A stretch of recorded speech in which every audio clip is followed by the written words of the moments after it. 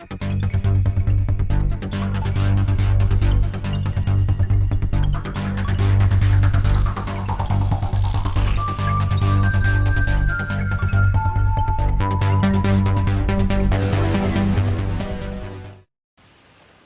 buenos días, David. Hola, buenos días.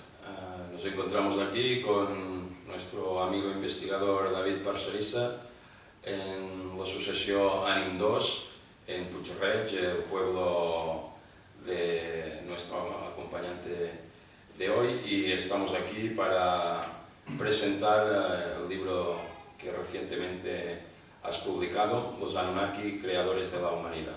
Todo lo que relatas en tu libro aconteció en Sumeria. ¿Dónde surgió Sumeria y por qué resulta tan especial para ti? Bien, Sumeria, para empezar, se considera a nivel histórico como la cuna del mundo. Es la primera gran civilización de la que luego surgirían el resto de culturas del mundo. Entonces, claro, eso ya para mí, desde hace muchos años, me resultaba muy sugerente el hecho de investigar los inicios de la humanidad, los orígenes. Entonces, Sumeria se ubica donde hoy estaría el sur de Irak, y básicamente la arqueología oficial le concede una antigüedad de entre unos 6.000 o 8.000 años. Sin embargo, ya sabemos, todos los que estudiamos un poquito todos estos temas, no solo investigadores como Zecharia Sitchin, a través del cual yo me baso para hacer esta obra, sino muchos otros, siempre investigadores independientes se dan cuenta de que la arqueología oficial hace unas dataciones irrisorias. Siempre estas civilizaciones antiguas son muchísimo más antiguas de lo que se dice en los medios oficiales, ¿no? Entonces yo creo que es algo mucho más antiguo que 6.000 u 8.000 años, ¿no? Entonces, a mí también lo que más me ha llevado a estudiar, a profundizar sobre esta cultura, la primera gran cultura, repito, es que cuando cierta civilización alcanza un cierto nivel de conocimiento, existe un registro de etapas de esa evolución. Vamos viendo progresivamente cómo han ido evolucionando. Pero con Sumeria no ocurre eso. Es como si literalmente esta cultura hubiese caído del cielo, con todo ese conocimiento integrado ya, enraizado en sí mismo. Entonces eso a nivel humano es bastante desconcertante. ¿Cómo es posible que pasáramos el ser humano de la era protoneolítica, en la que el máximo logro del hombre era juntar dos piedras y a base de chispas hacer fuego, pasáramos a dominar las matemáticas, la astronomía, la astrología, el sistema sexagesimal con el que medimos los ángulos y las distancias, y todo un sinfín de conocimientos que aparecen abruptamente? Entonces ahí está la respuesta que ofrece Sitchin, que es precisamente lo que nos la dan los mismos sumerios.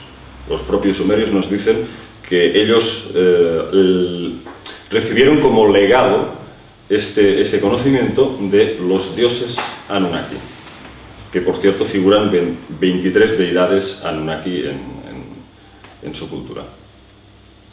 Y según tu visión, ¿quiénes eran estos dioses Anunnaki? ¿Eran humanos o eran distintos a nosotros? Esa pregunta pues me la hace mucha gente. Recibo decenas de cartas diariamente preguntándome, porque bueno, con esta saga de vídeos de los Anunnaki, la gente se le generan muchísimas preguntas, muchísimos interrogantes, y yo el primero, lo admito. Pero el tema del aspecto físico de estos seres es una de las preguntas más habituales, ¿no? Entonces, bueno, hay mucha gente que creo que comete el mismo error que cometió Sitchin, de los pocos errores que cometió Sitchin, para mí un verdadero genio, no solo a la hora de interpretar las tablillas, sino la forma de enlazar todos estos hechos y hacer que tengan un sentido y una coherencia, ¿no? Para mí, Sitchin fue uno de los mejores investigadores en este tema de la astroarqueología. Sin embargo, creo que de sus pocos errores se le podría retraer pues, el haberse identificado románticamente con los Anunnaki, haberlos idealizado en exceso, y eso conduce a humanizar. Yo creo que hay mucha gente que comete este mismo error. humanizar a los Anunnaki. Entonces tenemos, digamos, ciertos indicios que nos conducen a pensar que de humanos nada de nada. Para empezar, nada más partiendo de la base de que todas las grandes culturas del mundo hablan de lo mismo, de dioses serpientes venidos de las estrellas, entidades de aspecto reptiliano, antropomórficas naturalmente, pero con rasgos reptilianos, mucho más altos que nosotros y con mucha más fuerza física. Entidades, sobre todo, que estarían muy regidas por el hemisferio izquierdo del cerebro, que rige toda la lógica, el cálculo, la matemática, y sin embargo muy pobres en el desarrollo del hemisferio derecho, que rige las intuiciones, las emociones, los sentimientos. Pero evidentemente yo concibo a los Anunnaki como seres reptilianos, pero con un aspecto muy parecido al nuestro. Es decir, no serían unos seres ahí monstruosos, deformes. No, yo creo que tendrían unos rasgos bastante parecidos a los nuestros. Pero, insisto, en todos los textos, en todos los escritos sumerios, se nos dice que los Anunnaki les habían prohibido a los artistas de la antigua Sumeria que lo reflejaran en su aspecto real. Eso para mí ya es una cosa muy sospechosa. ¿Qué es lo que intentaban esconder? Claro, cuando hay algo ahí que se intenta camuflar, pues uno tiene derecho a sospechar. Más aún, en Babilonia los Anunnaki eran conocidos con el término Sir, S-I-R, que significa dragón o gran serpiente. Claro, teniendo en cuenta todo el resto de culturas que hablan de lo mismo, del mismo tipo de entidades reptilianas, yo no lo aseguro al 100%, pero me inclino más hacia esta naturaleza. David, se habla de los dioses Anunnaki. ¿En realidad eran dioses o lo que entendemos nosotros como dioses? En absoluto. Todos los textos conducen a considerar que se trataba de entidades con una gran tecnología, un gran desarrollo, como he dicho, de las facultades del hemisferio izquierdo, que rige la lógica más aplastante. Y entonces, dotados de este enorme potencial psíquico y con su tecnología, les resultó relativamente fácil hacerse pasar por dioses y, desde luego, pues la arqueología oficial siempre ha concebido a estos seres simplemente como surgidos de la fértil imaginación de nuestros ancestros. Les ha dado una connotación mitológica. Para ellos todo son leyendas. Sin embargo, cuando empiezas a estudiar en profundidad qué es lo que quieren decirnos estas leyendas, ves que hay una coherencia que habla de tecnología, que habla de naves, que habla de objetos que desprenden luz y que incluso tienen una serie de armas con las que pueden influir en los ciudadanos, en los seres humanos. Entonces, para mí se trataba efectivamente de seres biológicos, de carne y hueso, que convivían con el hombre. La gente, cuando piensa en la palabra Dios o dioses, se imagina pues algo como espíritus etéricos flotando por ahí en el éter. Sin embargo, la realidad parece muy distinta en vista de estos textos, ¿no?, que nos muestran a estas entidades que vivían perfectamente integrados con los humanos, e incluso cuando un dios quería tener sexo, quería acostarse con un humano, el humano recibía aquello como una invitación divina, vamos, como algo, una oportunidad grandiosa, y desde luego que no lo rechazaba. ¿Por qué vinieron a la Tierra estos dioses extraterrestres? Básicamente los Anunnaki llegaron a la Tierra hace unos 445.000 años. Debido a un problema que tenían en su atmósfera, en la atmósfera de Nibiru, se había producido como una especie de brecha muy parecido a nuestro famoso agujero de ozono, y parece ser debido a una disminución de las erupciones volcánicas. Al parecer, los gases que desprendían estos volcanes eran sus componentes conformaban la atmósfera de Nibiru. De forma que, al disminuir estas erupciones volcánicas, esta brecha, esta especie de agujero de ozono, sería más familiar para nosotros, empieza a extenderse y empieza a causar una serie de efectos muy importantes y devastadores para los nibiruanos.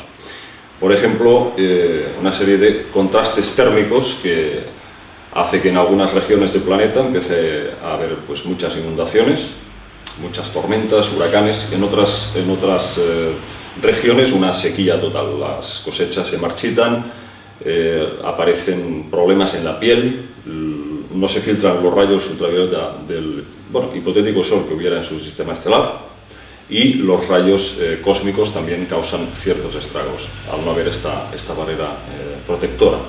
Entonces ellos desarrollan un muy ingenioso sistema a través del cual cogen el oro, lo pulverizan en partículas y lo suspenden en la estratosfera.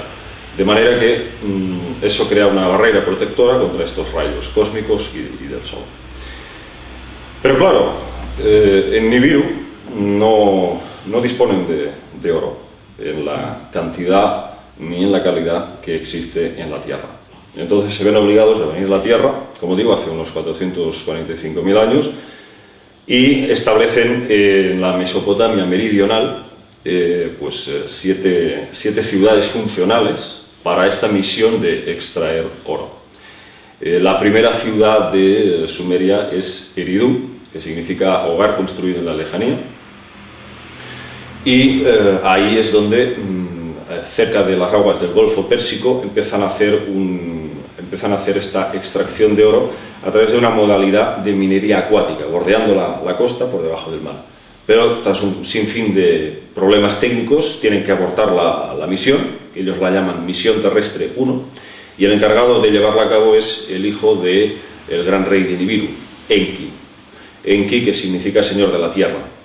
Es una entidad benévola, especializado en ingeniería marítima y un gran científico y genetista, siempre preocupado por, digamos, mejorar la calidad de vida de su entorno.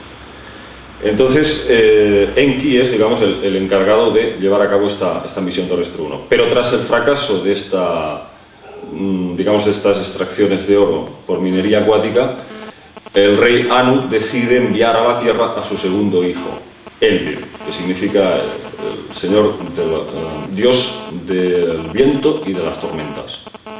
Entonces Enlil es algo así como un comandante militar, un canciller militar. Entonces, este señor, este ser, se presenta en la Tierra con mano firme, intentando pues, llevar a cabo la misión, comandando estas 7 ciudades funcionales, y localiza en el sudeste de África una zona a la que bautizan con el nombre de El Apsu, la fuente primordial, en el sentido de la gran cantidad de oro que subyace bajo tierra.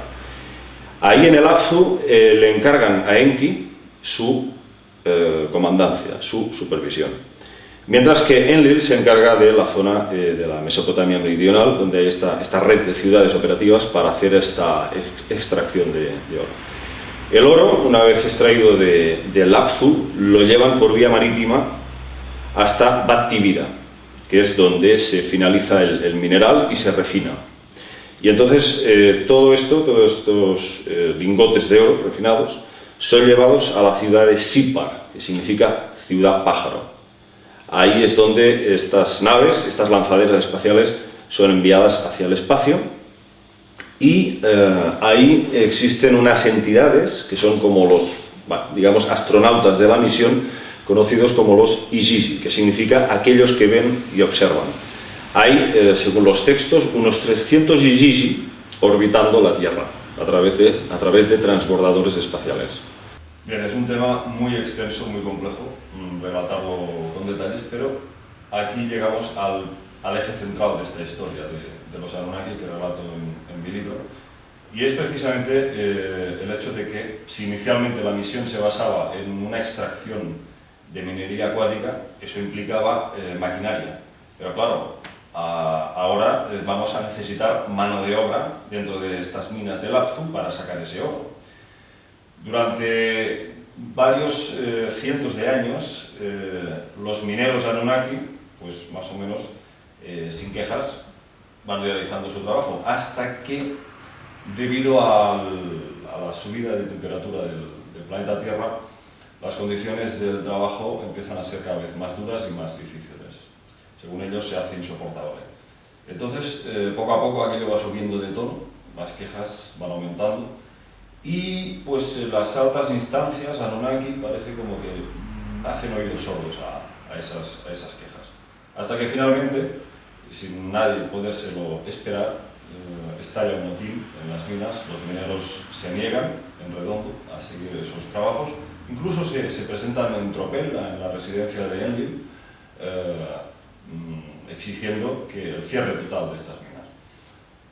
Esto llega a la situación en que, vamos, casi se declara un consejo de guerra y entonces llaman al rey de Nibiru, Anu, para que venga a la Tierra y compruebe por él mismo hasta qué punto ha llegado la situación.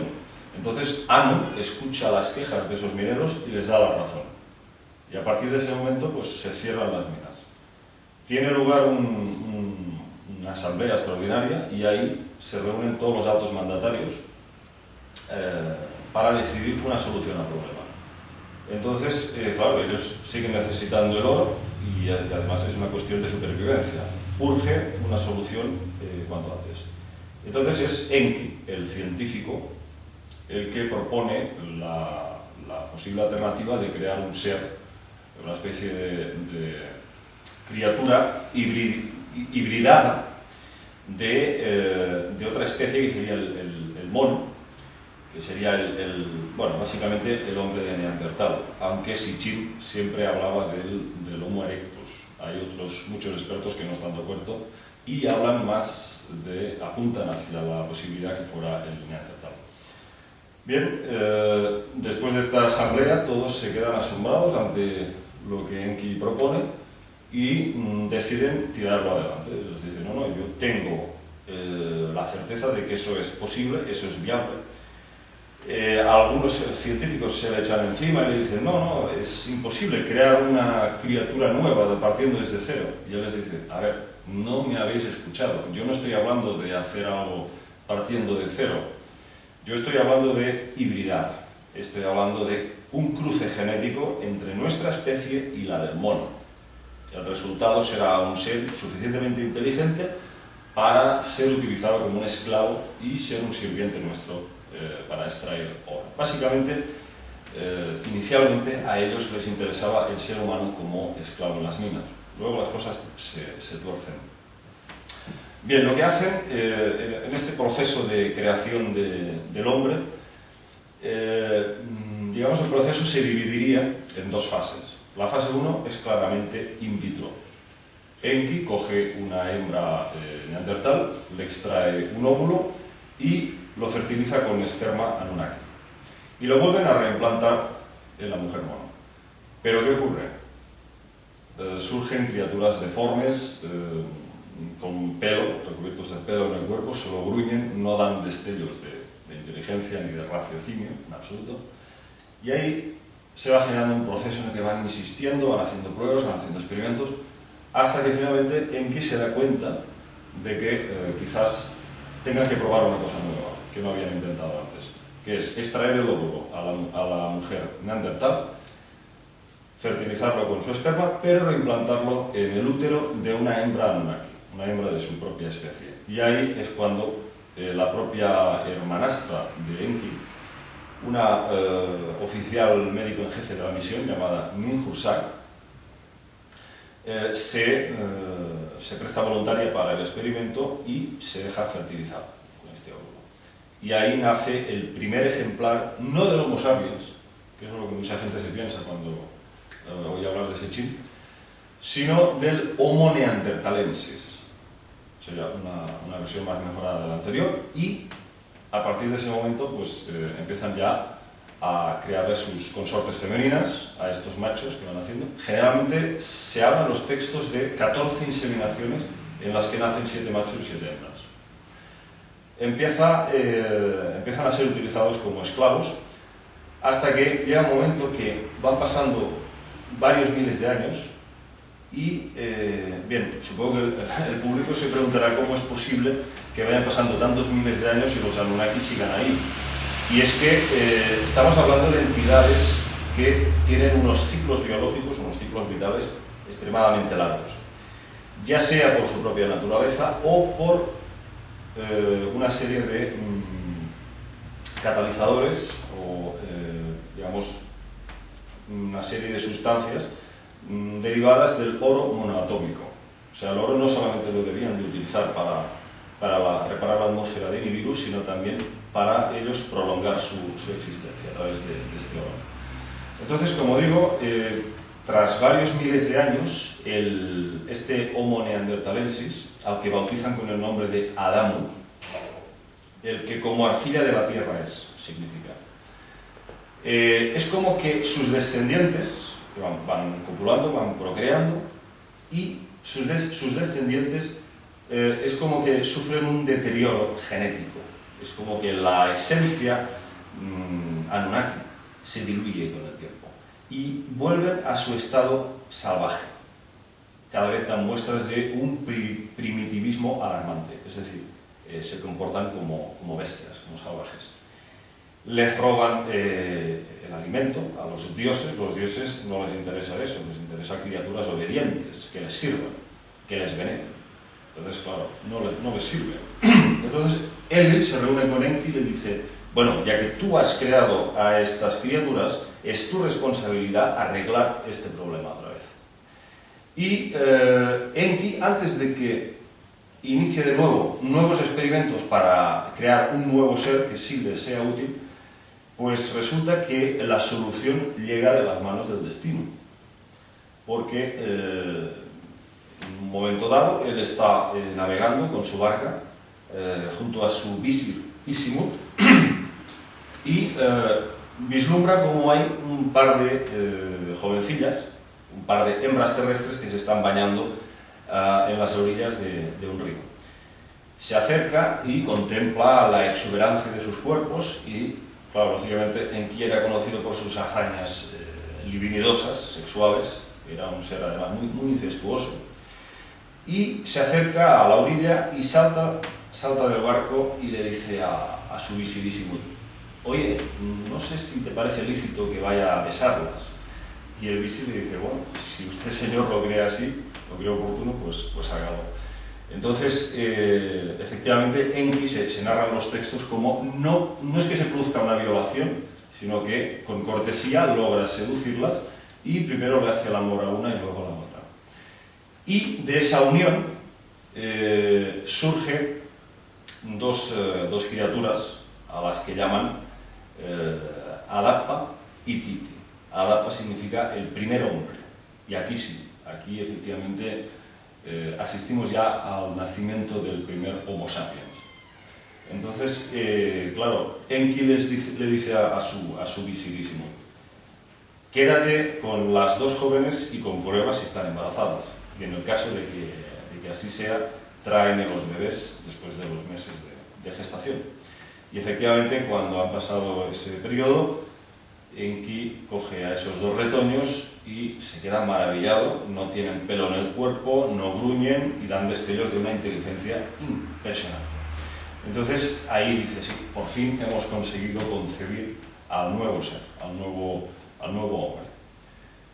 Y desde luego ahí empieza, digamos, la humanidad aproximadamente hace unos 107.600 años.